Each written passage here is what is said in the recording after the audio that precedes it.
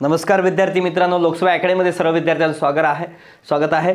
कृषी पर्यावरण याच्यामधला जो दुसरा व्हिडिओ आहे तो आपण आता बघत आहोत. म्हणजे कारण पहिल्या व्हिडिओमध्ये सगळ्या गोष्टी झाल्या नसत्या, म्हणून थोडासा या काही गोष्टी ज्या आहेत ते दुसऱ्या व्हिडिओमध्ये आपण घेतोय. महत्त्वाच्या गोष्टी जास्त पण याच्यामध्ये वेळ घालण्यात मजा नाही मित्रांनो. जिथं प्रश्न येते तिथं फक्त किंवा तुम्हाला ओव्हरलुक करण्यासाठी मी इथं आलेले आहे. जास्त काही इथं असं पॉईंट टू पॉईंट घेतलं पाहिजे, पहिले कसं वाचून टाकलं पाहिजे प्रत्येक गोष्ट गरज नाही. ओके, आपण 2019 मधली देखील 2019 मधली चक्रीवादळ देखील घेणार आहेत, त्यामुळे बिंदास राहा. ओके, तर बघा आता 2020 मधील चक्रीवादळ आणि त्याचं नामकरण बघा. तर जनरली एखादं चक्रीवादळ ती काय बघितलं पाहिजे बघा. चक्रीवादळात काय बघितलं पाहिजे, तर चक्रीवादळाला नाव कोणी दिले आणि ते कधी निर्माण झाले आणि त्याचं प्रभावित क्षेत्र त्या याच्यामुळे चक्रीवादळामुळे कुठला याला धोका झालाय, प्रभावित क्षेत्र काय आहे, तर हे कुठलं हे महत्त्वाचं आहे. तर बघा आता हे कुठल्या प्रकारामध्ये आहे, काय जनरल गरज नाही, पण बघू शकता आपण, प्रकार पण बघू शकता. दॅट्स इट, याच्या पलीकडे जाण्याचा प्रयत्न करू नका. ओके, तर बघा आता ॲफॉन हे चक्रीवादळ आहे. तर या चक्रीवादळ कुठल्या प्रकारामध्ये येते, हे प्रकार बघा. कुठला, सुपर सायक्लॉनिक स्टॉर्म म्हणजे चक्रीवादळ सुपर सायक्लॉनिक मध्ये येते. ओके, या वादळाची निर्मिती अतिशय शक्तिशाली आणि प्राणघातक उष्णकटिबंधीय चक्रीवादळ असल्या या वादळाची निर्मिती 16 मे कधी झाली आहे, निर्माण कधी झाले आहे, मे 2020 ला. ओके, मे 2020 ला निर्माण झालेलं आहे. आणि प्रभावित क्षेत्र बघा. आता प्रभावित क्षेत्र कोणतं आहे, तर बघा हे प्रभावित क्षेत्र श्रीलंका आहे, बांगलादेश आहे, भारत आहे. ओके, श्रीलंका, बांगलादेश, भारत आणि कोणता देश आहे, तर ते भूतान आहे. ओके, भारत, श्रीलंका, बांगलादेश, भारत आणि भूतान आहे. भूतान देश आहे. ओके, भारतातील प्रभावित क्षेत्र जर म्हणला तर भारत आहे. तर भारतातलं कोण आहे, अंदमान निकोबार बेट आहे, पश्चिम बंगाल आहे, वेस्ट बेंगॉल, ओडिशा हे आहेत. ओके, आणि या चक्रीवादळाला ॲफॉन हे नाव थायलंडनं दिलेलं आहे. कोणी दिले नाव कोणी दिले, थायलंडनं दिलेलं आहे. दॅट्स इट, एवढंच. पलीकडे याच्या पलीकडे जायची गरज नाही मित्रांनो. म्हणजे खूप काय वाचत बसलात तर असं काय अर्थ होणार नाही. बघा 2004 मध्ये देण्यात आलेल्या नावाच्या यादीतील शेवटचं नाव आहे ॲफॉन. ओके, ॲफॉन एक आहे, शेवटचं नाव आहे. उत्तर हिंदी महासागर चक्रीवादळ हंगाम 2020 मधलं पहिलं चक्रीवादळ आहे हे. ओके, 21व्या शतकातील बंगालच्या उपसागरात निर्माण झालेलं सर्वात शक्तिशाली महाचक्रीवादळ कोणतं, तर ॲफॉन आहे. ज्याला जे थायलंडनं नाव दिलेलं आहे तेच ॲफॉन हे तर हे चक्रीवादळाचा वेग मग 260 किलोमीटर प्रति तास आहे. 260 बघा 21व्या शतकातील बंगालच्या उपसागरात निर्माण झालेलं सर्वात शक्तिशाली महाचक्रीवादळ कोणतं आहे असं विचारतात, तर ॲफॉन आहे. ओके,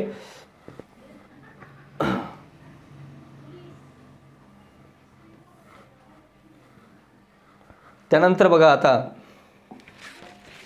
निसर्ग चक्रीवादळाचं वर्गन म्हणजे प्रकार कुठला आहे, तर हे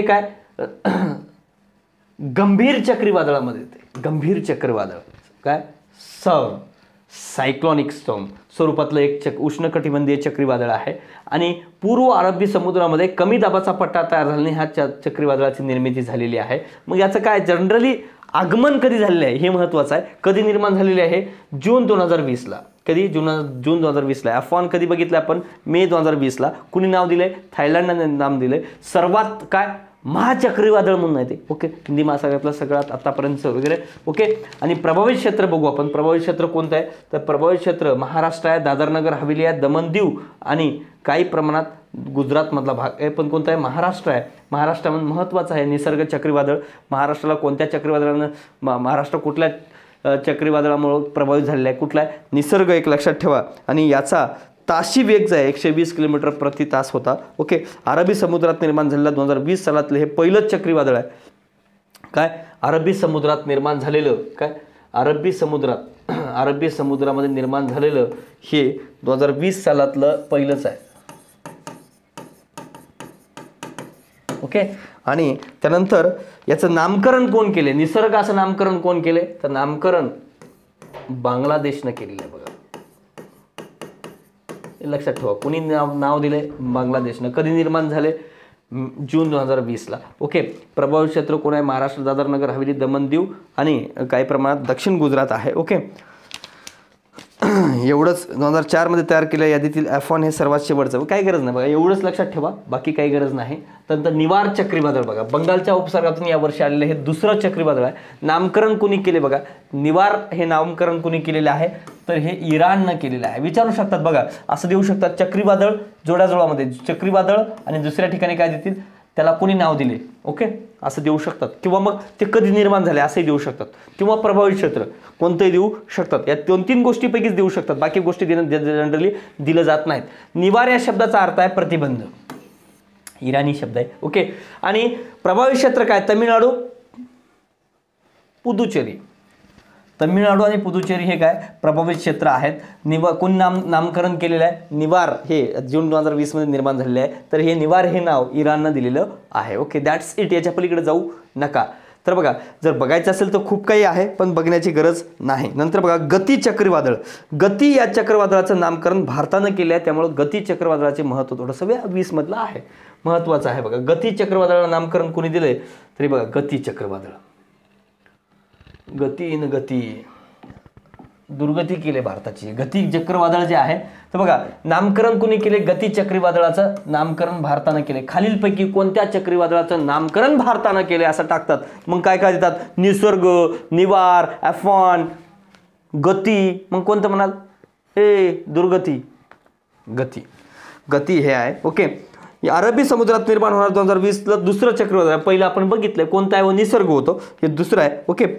त्यानंतर बघा, काही गरज नाही, फक्त नामकरण कोणी केलं एवढं लक्षात ठेवा. कोणी आहे? भारतानं केलेलं आहे. गती चक्रीवादळ कुठं निर्माण झालंय? अरबी समुद्रात. मग कुणीकडे होणार आहे? महाराष्ट्र बिराष्ट्र याच आहे अरबी समुद्रात जे लागून आहेत त्याला काय होणार आहे? प्रभावित होणार आहेत. ओके. बुरेवी चक्रीवादळ. बुरेवी निर्माण कधी झालेलं? डिसेंबर 2020 मध्ये. प्रभावित क्षेत्र आहे श्रीलंका आणि दक्षिण भारत. दक्षिण भारत तमिळनाडू, बिमिळनाडू, केरळ, बिरळ हा. ओके. तमिळनाडू आणि केरळचा भाग. नामकरण करणारा देश आहे मालदीव. बुरेवीचा अर्थ आहे ब्लॅक मॅग्रोव. ओके. कुठला देश आहे? प्रभावित देश मालदीव आहे. एवढं दॅट्स इट. याच्या पलीकडे जाऊ नका. बुरेवी मालदीवनं केलेलं आहे. गती चक्रीवादळ भारताचं आहे. त्यानंतर निसर्ग चक्रीवादळ म्हणजे भारताचं, म्हणजे भारतानं नाव दिलेले आहे. ओके. आणि निवार हे इराणनं नाव दिलेले आहे. निसर्ग चक्रीवादळाला नाव कोणी दिलेलं आहे? निसर्ग चक्रीवादळ असं नामकरण बांगलादेशनं केलेलं आहे. आणि F1 हे थायलंडनं नाव दिलेलं आहे. That's it. एवढं लक्षात ठेवलं तरी चालतंय, बाकी आपण समोर जाऊ.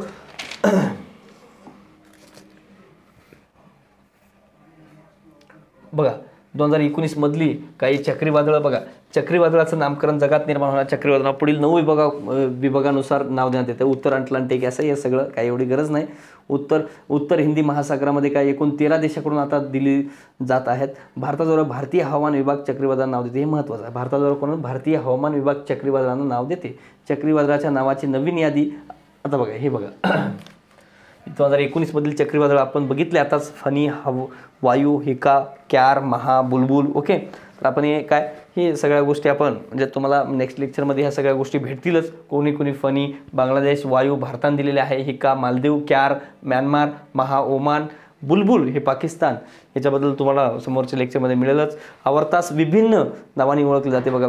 कोण कुठं आहे? फिलिपाईन्सला बांगुइयो चक्रीवादळ. भारतात चक्रीवादळ असं नावानं ओळखलं जातं. म्हणजे कुठली आवर्त जे आहेत, ओके, प्रत्यावर्त आणि आवर्त जे आहेत ते त्याला भारतामध्ये चक्रीवादळ या नावानं ओळखलं जातं. तर बाकी ठिकाणी बघा टायफून असं पश्चिम पॅसिफिकमध्ये म्हणतात आणि अटलांटिकमध्ये हरिकेन असं म्हणतात. कुठं काय म्हणतात त्याची नावं आहेत मित्रांनो. That's it. एवढं काही नाही. ओके. तर आपण आता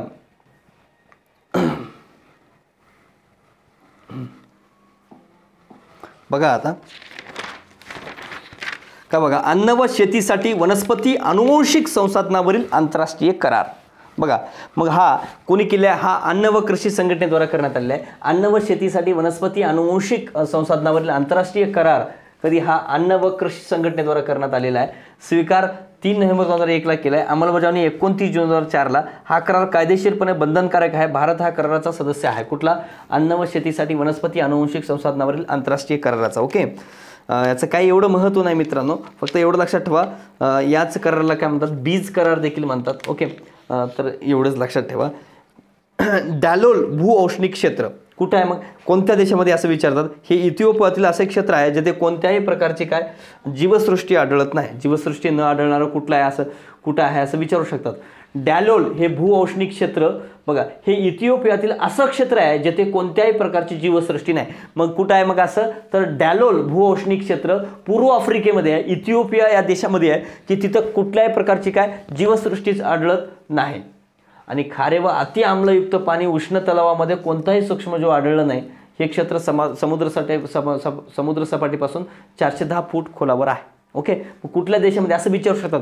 कोणत्या देशामध्ये म्हणजे खालीलपैकी कोणत्या देशामध्ये काय डॅलोल भूऔष्णिक क्षेत्र जी की तिथं अजिबात जीवसृष्टी आढळत नाही. कुठल्या देशामध्ये? इथिओपिया देशामध्ये आहे. संगई महोत्सव कुठं भरतो? संगई महोत्सव हे राजधानी इम्फाळ म्हणजे मणिपूरमध्ये भरते. तर तिथल्या मणिपूरमधल्या इम्फाळ या ठिकाणी भरते. संगई हे काय आहे? मग हरिण आहे. ओके, असं विचारतात. संगई महोत्सव खालपैकी कोणत्या राज्यामध्ये भरते? कुठल्या? मणिपूरमध्ये भरते. संगई हे काय? मणिपूरची काय म्हणजे हरिण हे राज्य प्राणी आहे. ओके, हरिण हे मणिपूर राज्याचा राज्य प्राणी आहे, म्हणून तिथं संगई महोत्सव भरला जातो. केवळ मणिपूरमध्येच सापडतो हा प्राणी. ओके, बाकी कुठेकडे सापडत नाही. गुरु घासीदास राष्ट्रीय उद्यान कुठं आहे असंही विचारू शकतात. बघा, गुरु घासीदास 4थं व्याघ्र प्रकल्प इथं केलं आहे, पण काय एवढं महत्त्वाचं नाही. छत्तीसगडमध्ये आहे. कुठं आहे? गुरु घासीदास राष्ट्रीय उद्यान कुठं आहे? छत्तीसगडमध्ये आहे. हवामान बदल कामगिरी निर्देशांक बघा, आता एक महत्त्वाचं आहे. हवामान कामगिरी बघा, हवामान बदल कामगिरी निर्देशांक 57 देशाचे करण्यात आलेले आहे. पहिले 3 स्थान रिकामे आहेत. तर हवामान बदल कामगिरी निर्देशांकमध्ये काय आता बघा, पहिले 3 तर रिकामेच आहेत. पहिल्या 3 मध्ये कोणीच नाही असं म्हणणं आहे त्यांना. ओके, तर चौथा कोण आहे? मग स्वीडन आहे. ओके, आणि भारत 9व्या क्रमांकावर आहे. पहिल्यांदा टॉप 10 मध्ये आलेला आहे भारत. कशामध्ये? हवामान बदल कामगिरीमध्ये भारत पहिल्यांदाच पहिल्या 10 मध्ये आलेला आहे. That's it. याच्या पलीकडे जाऊ नका. UNEP उत्सर्जन तफावत अहवाल. हरितगृह वायू उत्सर्जन करणारे देश. हरितगृह उत्सर्जन करणारा सर्वाधिक हरितगृह जे आहे ग्रीन हाऊस जो उत्सर्जित करणारा कोण आहे? चीन आहे. विचारू शकतात. बघा, हवामान बदलावर विचारले कार्बन उत्सर्जनामध्ये पहिला कोण आहे, दुसरा कोण आहे, तिसरा भारत चौथा आहे, असं 2019 मध्ये प्रश्न आला मित्रांनो. तसं विचारू शकतात. UNEP उत्सर्जन तफावत अहवाल 2021 पर्यंत पृथ्वीचं सरासरी तापमान 3.2 डिग्री सेल्सिअसनं वाढेल असं म्हणणं आहे त्यांचं. मागील दशकापासून हरितगृह वायू उत्सर्जनात 1.5ची काय वाढ झालेली आहे. हरितगृह वायू उत्सर्जन करणारं देशमध्ये कोण पहिला आहे? मग चायना आहे. लक्षात घ्या, चायना. आणि कार्बन उत्सर्जनामध्ये देखील 20 मध्ये बघा कोण आहे बघा, तर बघा हरितगृह वायू उत्सर्जन करणारा देश चायना पहिला आहे, दुसरा अमेरिका आहे, हे लक्षात ठेवा. आणि कार्बन डायऑक्साईड उत्सर्जनामध्ये काय चीन पहिला आहे, आणि दुसरा अमेरिका आहे, आणि तिसरा युरोपियन युनियन आहे, आणि चौथा भारत आहे. हे महत्त्वाचं आहे. याच्यावर प्रश्न आलता मित्रांनो. ओके, मग का असं वाटतंय तुम्हाला याच्यावर येणार नाही? हरितगृह वायू उत्सर्जन करणारा देश चीन पहिला आहे, दुसरा अमेरिका आहे, आणि तिसरा युरोपियन युनियन आहे, आणि चौथा भारत आहे. सेम आहे बघा, हरितगृह उत्सर्जन करण्यात आणि कार्बन डायऑक्साईडमध्ये सेमच क्रमांक आहे, त्यामुळे वेगळं लक्षात ठेवण्याची गरजच नाही तुम्हाला. ओके, पहिले 4 सेमच आहेत. भारत काय ग्रीन हाऊसमध्ये चौथाच आहे, आणि इकडे पण चौथाच आहे. Okay, that's it. त्याच्या पलीकडे जाऊ नका. हवामान बदल शिखर परिषद जी की चिली या देशामध्ये भरणार होती, ती माद्रिदमध्ये भरली. बघा, हवामान बदल शिखर परिषद जे पॅरिसच्या नंतर आपण काय कॉन्फरन्स ऑफ पार्टीज म्हणजे 25. ओके, तर माद्रिद या ठिकाणी भरली. ही परिषद चिलीमध्ये होणार होती, पण ती माद्रिद इथे हलवण्यात आली. ओके, कुठं? चिलीमध्ये होणार होती, आणि चिलीचेच काय माद्रिद इथे भरले तेव्हा देखील काय चिलीचेच राष्ट्राध्यक्ष हे काय अध्यक्ष म्हणून या ठिकाणी हवामान बदल शिखर परिषदला हजर होते. त्यानंतर बघा हवामान राष्ट्रीय गंगा परिषद पहिली बैठक कानपूरला झाली. कधी? 19 मध्ये. आणि या परिषदेची स्थापना 2016 साली झाली होती. ओके, राष्ट्रीय गंगा नदी खोरे प्राधिकरण बरखास्त करून राष्ट्रीय गंगा परिषद स्थापन करण्यात आली. याचे अध्यक्ष पंतप्रधान होते, पदसिद्ध उपाध्यक्ष जलशक्ती मंत्री होते. Okay, that's it. बघा, India state of forest report 2019 16वा अहवाल आहे 2019 मधला. बघा, हे काय महत्त्वाचं नाही याच्यामध्ये. अतिदाट वन 70% जास्त, हे काय महत्त्वाचं नाही. 1987 पासून अहवाल प्रकाशित केला जातो, India state of forest report. पण याच्यामध्ये महत्त्वाचं काय बघा, तर जनरली हे एक महत्त्वाचं आहे. वरील 33% असावं लागतं. राष्ट्रीय वन धोरण 2088चं उद्दिष्ट आहे की कोणत्याही त्याच्या क्षेत्रफळाच्या 33% काय असलं पाहिजे? वनांचं प्रमाण असलं पाहिजे. महाराष्ट्रामध्ये किती आहे? 3,07,713 चौरस किलोमीटर काय महाराष्ट्राचं क्षेत्रफळ आहे, त्याच्यात 33% काय असलं पाहिजे? वनांचं प्रमाण असलं पाहिजे. असं राष्ट्रीय वन धोरण 1988 मध्ये आहे. ओके, मग आता त्यानुसार खरंच पाळलं जाते का नाही. वन आच्छादित क्षेत्र भारतामध्ये किती आहे, मग 21.67% आहे फक्त. ओके, पण किती पाहिजे, मग 33% पाहिजे, पण तेवढं आहे का, नाही. ओके, आता बघा वन आच्छादित क्षेत्रामधील सर्वाधिक वाढ म्हणजे कर्नाटकमध्ये सर्वाधिक वाढ झाली असं लक्षात ठेवा. सर्वाधिक वाढ म्हणजे मागच्या तुलनेत तर सगळ्यात जास्त वाढ कुठे झाली, कर्नाटकमध्ये झाली. पण हे महत्त्वाचं आहे बघा, सर्वाधिक वनक्षेत्राचं प्रमाण आणि सर्वाधिक वनक्षेत्र हे खूप महत्त्वाचं आहे. बघा सर्वाधिक वनक्षेत्राचं प्रमाण म्हणजे काय, टक्केवारीमध्ये.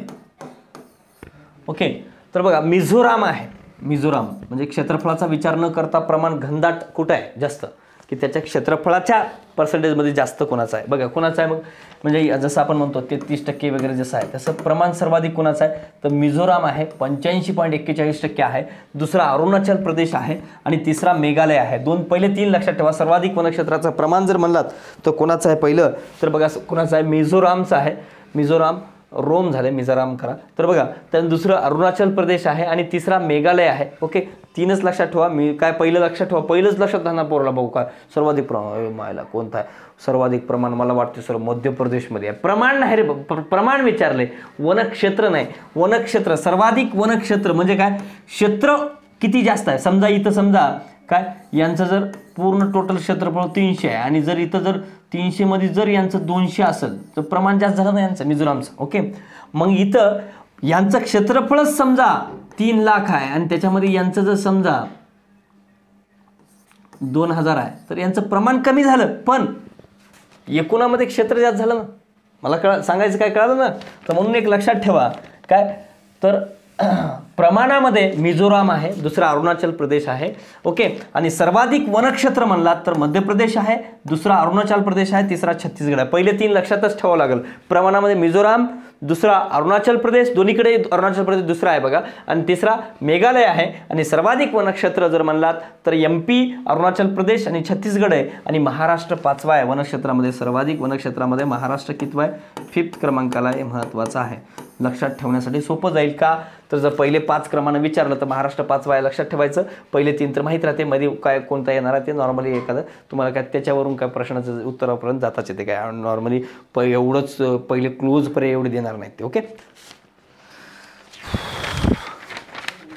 आणि कांदळ वनाचं क्षेत्र सर्वाधिक गुजरातमध्ये आहे, दुसरा क्रमांक महाराष्ट्राचा आहे. ओके, आणि पाणथळ क्षेत्र सर्वाधिक काही गुजरातमध्येच आहे. पाणथळ क्षेत्र असेल किंवा मग कांदळ वनाचं प्रमाण असेल ते गुजरातमध्ये जास्त आहे. 2017च्या तुलनेत वृक्ष आच्छादित क्षेत्रामध्ये महाराष्ट्रात सर्वाधिक वाढ झालेली आहे. महाराष्ट्र हे इंधन लागवडीसाठी सर्वाधिक वनावर अवलंबून असणारं राज्य आहे. म्हणजे काय, लाकडाद्वारे काय बघा, कांदळ वनाचं क्षेत्र सर्वाधिक गुजरातमध्ये आहे, दुसरा महाराष्ट्र क्रमांक आहे. कार्बनचा साठा मग किती याच्या वनात नव्हतं याचं काही जनरली विचारणार नाहीत, पण एक लक्षात ठेवा, पाणथळ क्षेत्र काय सर्वाधिक कुठे आहे, गुजरातमध्ये आहे, दुसरा वेस्ट बेंगॉलमध्ये आहे. कारण काय गुजरातमध्ये पाणथळ क्षेत्र कच्छचं रण वगैरे असेल किंवा मग वेस्ट बेंगॉलमध्ये काय तिकडं सुंदरबन वगैरे असेल, याच्यामुळे काय तिथं वनक्षेत्राचं पाणथळ क्षेत्राचं प्रमाण काय जास्त आहे. ओके, तर महाराष्ट्राचं बघा, महाराष्ट्राचं काय 2017च्या तुलनेत वृक्ष आच्छादित म्हणजे काय झाडांचं आच्छादित क्षेत्रामध्ये महाराष्ट्रात सर्वाधिक वाढ झालेली आहे. इतर राज्याच्या तुलनेमध्ये महाराष्ट्रामध्ये जास्त वाढ झाली, म्हणून तर महाराष्ट्र 5व्या क्रमांकावर एकूण वनक्षेत्रामध्ये. ओके, बघा अजून काय, महाराष्ट्र हे इंधन लागवडीसाठी सर्वाधिक वनावर अवलंबून असणार राज्य आहे. मग इंधन लागवडीवर काय, इंधन लाकडासाठी सर्वाधिक वनावर अवलंबून असणार राज्य कोणतं असं विचारतात. कोणतं आहे मग, मध्य प्रदेश आहे काय की सर, नाही, कोणतं आहे, महाराष्ट्र आहे. Okay, that's it. त्यानंतर बघा, प्रवाळाच्या संरक्षणासाठी सनस्क्रीनवर बंदी घालणारा प्रथम देश कोणता, आता विचारू शकतात बरं काय. बघा हे प्रवाळाच्या संरक्षणासाठी सनस्क्रीनवर म्हणजे सूर्याच्या स्क्रीनवरच काय, सूर्याच्या याच्यावरच बंदी घातलेली आहे देशानं. बघा प्रवाळाच्या संरक्षणासाठी सनस्क्रीनवर बंदी घालणारा प्रथम देश कोणता, तर पलाऊ. कोणता आहे, पलाऊ. नाव पण ऐकलं नसाल तुम्ही. पलाऊ हा पॅसिफिक महासागरातला देश आहे आणि हा बंदी 1 जानेवारी 2020 पासून लागू केली आहे. काय प्रवाळ म्हणजे काय, हे असे काय करतात एकमेकावर असे तयार होतात. हे प्रवाळ भित्तिका तयार होतात. ओके, जीव आहेत, सूक्ष्म जीव आहेत. ओके, या प्रवाळाचा बचाव करण्यासाठी ओके आपल्याकडे जी बेट आहेत त्याच्यामध्ये देखील काय प्रवाळ आहेत. अंदमान आहेत का निकोबार आहेत रे, लक्षद्वीप, तर काय तिथं प्रबळाचं प्रमाण आहे. आणि हे प्रबळ जे आहेत ओके, हे काय प्रबळ जीव आहेत, या प्रबळाचं संरक्षण करण्यासाठी याची मागणी जास्त आहे बघा. प्रबळाला औषधी उपयोग म्हणतात, कोणी काही याच्यासाठी काय करतात, याचं नष्ट मोठ्या प्रमाणात होतं आहे. म्हणून प्रबळाच्या संरक्षणासाठी सनस्क्रीनवर बंदी घालणारा प्रथम देश कोणता असं विचारू शकतात बरं काय. पलाऊ हा देश आहे. देशातलं पहिलं ऑक्सिजन पार्लर कुठं उभा केले? नाशिक रोड रेल्वे स्टेशनवर. कुठं? नाशिक रोड रेल्वे स्टेशनवर. नॉर्मल एवढंच लक्षात ठेवा. मग कुठल्या कंपनीच्या साह्यानं आहे? एवढंच, एरोगार्ड या कंपनीच्या साह्यानं नाशिक रोड रेल्वे स्टेशनवर देशातलं पहिलं ऑक्सिजन पार्लर सुरू करण्यात आलं. That's it. याच्या पलीकडं जाण्याची गरजच नाही. काय आता बघा पोर काय करतो, या पार्लरमधील झालेले काय शेड प्लांट, मनी प्लांट, कोणकोणते प्लांट आहेत. म्हणजे ऑक्सिजन पार्लर म्हणजे काय? सर मला जेंट्स पार्लर माहीत आहे सर, लेडीज पार्लर माहीत आहे सर. अरे ऑक्सिजन पार्लर म्हणजे ऑक्सिजन निर्माण करणारं ठिकाण. मग झाडं वेगवेगळं लावून त्याचं काय करायचं, ऑक्सिजनचं निर्माण करण्याचं. बघा नाशिक रोड रेल्वे स्टेशनवर निर्माण करण्यात आलं एरोगार्ड या कंपनीच्या साह्यानं ओके. आणि पोकॅलिप्स 4 अहवाल जाहीर केला आहे. तर त्याच्यामध्ये बघा ग्रीनपीस इंडिया या संस्थेद्वारा हा अहवाल काय जाहीर करण्यात आला आहे. काय एवढं महत्त्वाचं नाही हे ओके. ग्रीनपीस इंडिया संस्थेद्वारा हा अहवाल 21 जानेवारी 2020 रोजी प्रकाशित करण्यात आला आहे. सर्वाधिक प्रदूषित शहर कोणतं आहे बघा? झारिया, झारखंडमधलं आहे ओके. काही महत्त्वाचं नाही, त्यामुळे मी तुम्हाला इथं असं करू शकतो ओके. जिथं गरजेचं नाही तिथं उगाच वेळ घालू नका पोरो. बघा ओझोनसाठी हानिकारक असलेल्या हायड्रोक्लोरोफ्लोरोकार्बन 141B ने चे भारतातून निर्मूलन झाले. तर कुठल्या याचं भारतातून निर्मूलन झाले असंही विचारू शकतात. तर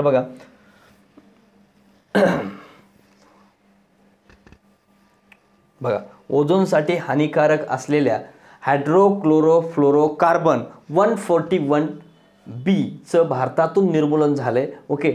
तर देशातून काय हायड्रोक्लोरोफ्लोरोकार्बन 141B निर्मूलन झाल्याची घोषणा जानेवारी 2020 केंद्रीय पर्यावरण मंत्र्यानं केलेली आहे ओके. मग हा मॉन्ट्रियल कराराला अनुसरून भारताने ही कामगिरी केलेली आहे. कुठल्या कराराला? मॉन्ट्रियल कराराला अनुसरून भारताने ही कामगिरी केलेली आहे. ओझोन थराविषयी जर म्हणलं तर व्हिएन्ना करार आहे, नंतर मॉन्ट्रियल करार आहे. व्हिएन्ना करार कधी 88चा आहे, भारत सदस्य 1991 झाला आहे. मॉन्ट्रियल करार 1987 आहे. मग असं विचारतात मग ओझोन थरासंबंधी कुठले करार आहेत? कुठले आहेत? मग व्हिएन्ना करार आणि मॉन्ट्रियल करार आहे ओके. आणि मॉन्ट्रियल कराराचा भारत सदस्य झाला 1992ला आणि व्हिएन्ना कराराचा 1991ला. आणि व्हिएन्ना करार कधीचा? 1988चा. आणि मॉन्ट्रियल करार कधीचा आहे? 87चा. एक लक्षात ठेवा ओके. बघा अंटार्क्टिकामध्ये सर्वाधिक तापमानाची नोंद झाली. याचं काय एवढं महत्त्व नाही कुठं नोंद झाली आणि कुठं काय झाली. तर 20.75 डिग्री सेल्सिअस अशी तापमानाची नोंद झालेली आहे. राष्ट्रीय चंबळ अभयारण्य इको सेन्सिटिव्ह झोन म्हणून घोषित करण्यात आलेलं आहे. बघा राष्ट्रीय चंबळ अभयारण्य कुठं आहे? राष्ट्रीय चंबळ अभयारण्य हे मध्य प्रदेशमध्ये आहे. तर इको काय एवढं काय असं पहिला बिला असेल तर जनरली विचारतात काय राष्ट्रीय चंबळ अभयारण्य कुठं आहे असं विचारलं तर विचारतील कुठं, तर मध्य प्रदेशमध्ये. असं काय याचं काय खूप काय असं वेगळं पण आहे असं नाही. Global forest resources assessment report हा अहवाल अन्न व कृषी संघटनेद्वारा जाहीर केला जातो. मग जगात सर्वात जास्त फॉरेस्ट कुठं आहे? रशियामध्ये आहे. हे माहिती आहे सगळ्यांना ओके. तर आपण बघू आता तो पण ओके. तर बघा जगात सर्वाधिक वनक्षेत्र असलेला देश कोणता आहे? बघा कुठं आहे? तर रशियामध्ये सर्वाधिक वनक्षेत्र आहेत 20%. त्यानंतर ब्राझील आहे 12%. तिसरा कॅनडा आहे. बघा सर्वाधिक वनक्षेत्राचं प्रमाण आपण बघितलंय तिकडं कोणते होते बघा. सर्वाधिक वनक्षेत्र कुठं आहे रे बाबा? मध्य प्रदेशमध्ये. प्रमाण म्हणलं तर मिझोराम बरोबर. भारतामध्ये म्हणलं तर मग जगामध्ये जर म्हणलं तर मग जगामध्ये सर्वाधिक वनक्षेत्राचं प्रमाण रशिया आहे, दुसरं ब्राझील आहे, तिसरं कॅनडा आहे ओके. जगातल्या एकूण 31% भाग वनक्षेत्रानं व्यापलेला आहे ओके. जंगल प्रकार बघा उष्णकटिबंधीय वने 45% आहेत. सगळ्यात जास्त कुठले आहेत? उष्णकटिबंधीय वने आहेत. जगात सर्वात जास्त वनक्षेत्राचं प्रमाण कुठे आहे असं नॉर्मल विचारतील. कुठे आहे? मग रशियामध्ये. दुसरा ब्राझील आहे. पहिले 2 तरी लक्षात ठेवा, बाकी काही मग 100% सगळं लक्षात राहील याची शाश्वती नाही ओके. आता 15वी सिंह जनगणना ओके. सिंह जनगणना नाही सिंह गणना ओके. 15वी सिंह गणना 2020ला 1936 जुनागडच्या नवाबानं सिंह गणना केली होती. आणि 1965 सालापासून वन विभाग दर 5 वर्षांनी सिंहाची गणना करते. भारतातलं नाही जगातलं सिंहाचं एकमेव ठिकाण कुठं आहे बाबा? आपल्या गुजरातमध्ये आहे बरं का. बाकी कुठंच सिंह आढळत नाही. सिंह बघा गुजरात गीर अभयारण्य हे जगातलं एकमेव आदिवास आहे. दुसरीकडे सिंह आढळतात का? नाही. तर बघा बघा 2001 पासून संख्येत दुपटीनं वाढ झालेली आहे. 2015 मध्ये 523 होते आणि 2020 मध्ये किती आहे, दर 5 वर्षांना मोजले जातात बरोबर. तर मग सध्या वाघ किती आहेत, 674 आहेत. सॉरी वाघ म्हणतो, सॉरी पूर्व सिंह लायन किती आहे, 674 आहेत. 29% वाढ झालेली आहे. आशियाई सिंह, एशियन लायन. ओके, तर बघा 2001 पासून संख्येत दुपटीनं वाढ झालेली आहे. भौगोलिक क्षेत्रात वाढ 5 वर्षात 36% झालेली आहे. गुजरातमधलं गीर अभयारण्य हे जगातलं एकमेव आदिवासी आहे. आणि IUCNची जी रेड लिस्ट आहे त्याच्यामध्ये लुप्तप्राय म्हणून झालेलं आहे मित्रांनो. IUCN काय करते, दरवर्षी रेड डेटा जाहीर करते. त्यामध्ये कोणकोणत्या प्राण्याला धोका आहे त्याच्यामध्ये त्याला काय करते, लुप्तप्राय प्राण्यामध्ये समाविष्ट करते. त्याच्यामध्ये सिंहाचा समावेश आहे. सिंहाचं जे आहे तर सिंह हे काय लुप्तप्राय प्राणी म्हणून आता त्याची गणना होत आहे. ओके, बघा कळालं. सध्या किती आहेत आशियाई सिंह, मग 674 आहेत. भारतामधलं गुजरातमधलं गीर अभयारण्य जगामधलं एकमेव आदिवास असणारं म्हणजे त्याचं ठिकाण एका जागीच आहे. ओके, 20 आशियाई किती आहे, मग ही 15वी सिंह गणना आहे. कचरामुक्त तारांकित शहर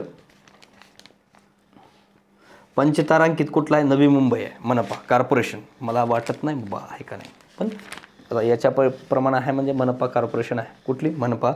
पंचतारांकित मानांकन नवी मुंबई आहे महत्त्वाचं. आणि 3 तारांकित मानांकनं बघा 1 तारांकित मानांकनं कोणती आहेत, पंचतारांकित म्हणजे नवी मुंबई, एवढं लक्षात ठेवा, काही महत्त्वाचं नाही. सागरी मत्स्य उत्पादन बघा, सागरी मत्स्य उत्पादनामध्ये सेंट्रल मरीन फिशरीज रिसर्च इन्स्टिट्यूटच्या अहवालात मत्स्य उत्पादनाबद्दलची आकडेवारी जाहीर करण्यात आलेली आहे. 2019 भारताच्या सागरी मत्स्य उत्पादनात 2.1% वाढ झालेली आहे. महाराष्ट्रात मत्स्य उत्पादन 2.1 लाख टन उत्पादन होते, 7वा क्रमांक आहे. ओके, वाटा मुंबईमध्ये सगळ्यात जास्त आहे बघा. ओके, त्यानंतर दुसरा रायगड आहे.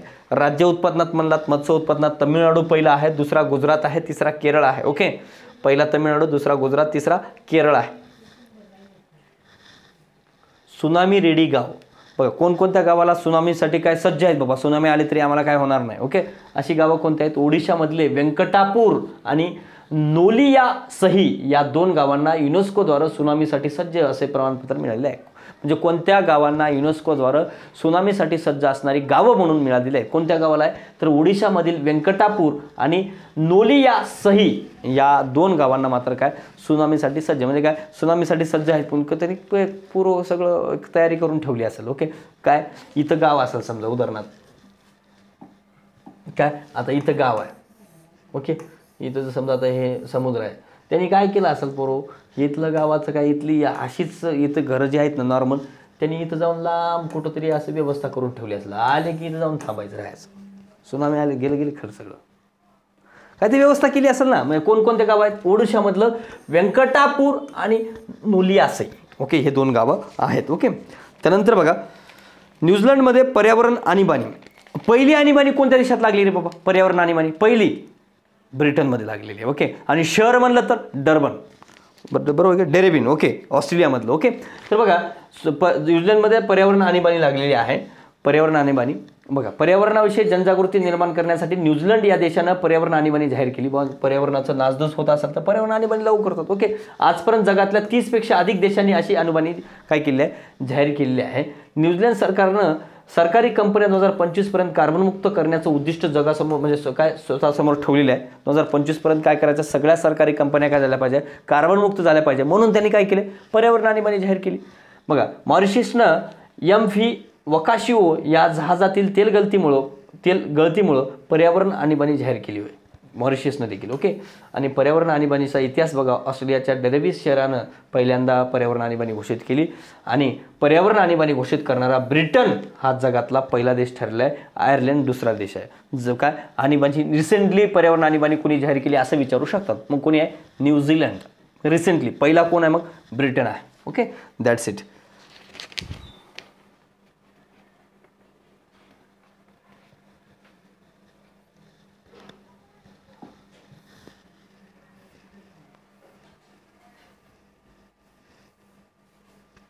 बघा भारतीय पक्षी सद्यस्थिती अहवाल, परत पक्षी अहवालामध्ये काय एवढं महत्त्वाचं नाही, तरी या अहवालानुसार भारतातलं 50% प्रजातीची संख्या घटलेली आहे. बाकी एवढं काय असं महत्त्वाचं नाही मित्रांनो. काय आता जगप्रसिद्ध लोणार सरोवराचं पाणी काय निळं झालेलं सो काय बुलढाणा जिल्ह्यात कुठं आहे मग लोणार सरोवर, एवढं नॉर्मल लक्षात ठेवा, बाकी काही गरजेच नाही. काय नासाच्या दुर्बिणीमधून त्यांना काय लाल पाणी दिसलंय मला काय महत्त्वाचं काय माहिती. लोणार सरोवर बुलढाणामध्ये एवढं लक्षात ठेवा. नंतर ब्ल्यू फ्लॅग आंतरराष्ट्रीय इको लेबलसाठी 8 समुद्र किनाऱ्याची शिफारस केलेली आहे. बघा ब्ल्यू फ्लॅग आंतरराष्ट्रीय काय ब्ल्यू फ्लॅग आंतरराष्ट्रीय इको लेबलसाठी 8 समुद्र किनाऱ्याची शिफारस केली आहे. मग असं विचारतात कोणता किनारा कुठं आहे, मग जोड्याजोड्यामध्ये विचारतात. शिवराजपूर गुजरातमध्ये आहे, कासारकोड कर्नाटकमध्ये आहे, पद्दुबिद्री कर्नाटकमध्ये आहे, गोल्डन बीच ओडिशामध्ये आहे, राधानगर अंदमान निकोबार बेटामध्ये आहे, गोगाला दमन दीवमध्ये आहे, कप्पड केरळमध्ये आहे आणि ऋषिकोंडा आंध्र प्रदेशमध्ये आहे. ओके, ब्लू फ्लॅग प्रमाणपत्राविषयी. ब्लू फ्लॅग हे समुद्र किनाऱ्यात देण्यात येणारं जागतिक स्तरावरलं मान्यताप्राप्त लेबल आहे. त्यामुळे विचारू शकतात मे बी बघा हे कुठं आहेत म्हणून. ओके, शिवराजपूर गुजरातमध्ये, कासारकोड कर्नाटकमध्ये, पद्दुबिद्री कर्नाटकमध्ये आहे, गोल्डन बीच ओडिशामध्ये आहे, राधानगर अंदमान आणि निकोबार बेटामध्ये आहे, गोगाला दमन दीवमध्ये आहे, कप्पड केरळमध्ये आहे आणि ऋषिकोंडा आंध्र प्रदेशमध्ये आहे. दॅट्स इट, याच्या पलीकडे जाऊ नका.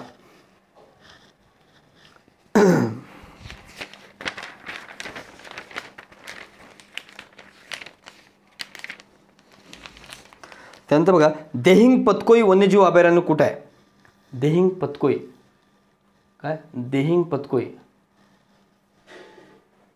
तर देहिंग पतकोई हे वन्यजीव अभयारण्य आसाममध्ये आहे. ओके, अफगाणिस्तान तजाकिस्तान यांच्यात परिस्थितीकीय संरक्षण करार झालेले आहे. पंज आर्मू दर्या नदीच्या पात्रात काही नाही एवढं महत्त्वाचं. ओके, बघा आता हे काय असे तर काय करूच नका. मेगालँड स्कॅन कोड माशाची नवी प्रजाती, कशाची काय प्रजाती काय विचारते पोरो, काय असलं काय करत बसायचं नाही. ओके, दॅट्स इट, याच्या पलीकडे जाण्याची गरज नाही. एवढंच 2020 मधल्या सगळ्या गोष्टी बघितल्या. 2019 मधल्या मात्र आपण सेपरेटली बघणार आहोत. 2019 मधल्या ज्या पण एक कृषी, पर्यावरण किंवा आर्थिक काय राहून गेलेल्या घडामोडी आहेत ते सगळ्या आपण काय 19च्या घडामोडी सगळं सेपरेटली मी वाटलंच त्यामध्ये यावर लिहून ते घेण्याचा प्रयत्न करेल. धन्यवाद मित्रांनो.